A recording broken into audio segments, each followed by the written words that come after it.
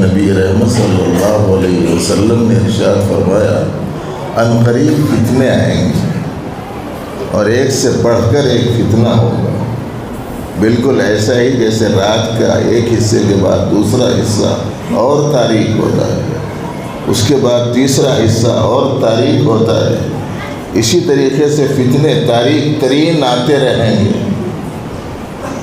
اور لوگوں پر اس کا اثر اس درجے زیادہ ہوگا کہ صبح میں آدمی مومن ہوگا، شام میں کافر ہو جائے گا، شام میں مومن ہوگا، صبح میں کافر ہو جائے گا،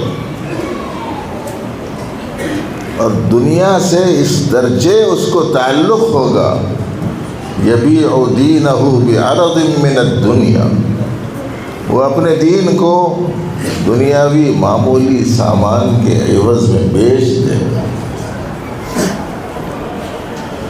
یہ کب ہوگا بھائیو؟ یہ اس وقت میں ہوگا جب دو لوگوں کے دلوں میں دین کی عظمت نہیں ہو، شریعت کی جب عظمت نہیں ہوتی اور دولت کی اہمیت ہوتی ہے تو صورتحال یہ پیدا ہو جاتی ہے۔ اب شریعت کی عظمت و اہمیت آئے گی کیسے؟ یہ دوسرا جزیہ ہے گفتگو کا۔ شریعت کی عظمت آئے گی اللہ کی معرفت سے، شریعت کی عظمت آئے گی قرآن پاک کی عظمت سے، شریعت مطہرہ کی اہمیت دل میں بیٹھے گی نبی رحمت صلی اللہ علیہ وسلم کی فضائل اور تعلیمات کے اہمیت سے۔ اور یہ چیزیں کہاں ملے گی؟ اللہ کا تعارف کہاں ملے گا؟ قرآن کی تعلیم کہاں ملے گی؟ احادیث مبارکہ کا علم کہاں سے ملے گا؟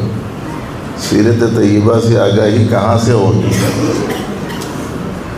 اسکولوں میں تو ہوگا نہیں، کالجوں میں بھی ہوگا نہیں، یونیورسٹیز میں بھی ہوگا نہیں، کمپنیوں میں بھی ہوگا نہیں۔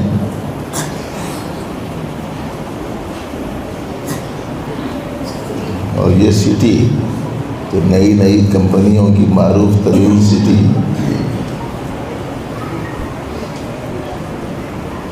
مختلف ناموں سے کافی عرصے سے معروف و مشہور ہے، ہندوستان کے ممتاز شہروں میں سے ایک شہر ہے۔ وہاں تو نہیں ہوگی یہ سب تعلیم، کہاں ہوگی؟ یہ بات مسلمانوں کو سمجھ میں نہیں آ رہی۔ بھئی یہ تعلیم ہوگی مدارس اسلامیہ میں، مدارس قرآنیہ میں، مکاتب دینیہ میں، تعلیمات نبوی صلی اللہ علیہ وسلم میں، لیکن اس سے آگاہی کتنوں کو ہے وہ ہے مسئلہ۔ یہ جو حال پیش آ رہا ہے کہ وجہ کیا ہے اس کی؟ اکثریت وہ ہے جو قرآن سے، سنت سے، سیرت سے، مقصد زندگی سے، آخرت سے منہ موڑی ہوئی ہے۔ تو ایسی صورت میں دین کی عظمت کیسے آ جائے گی؟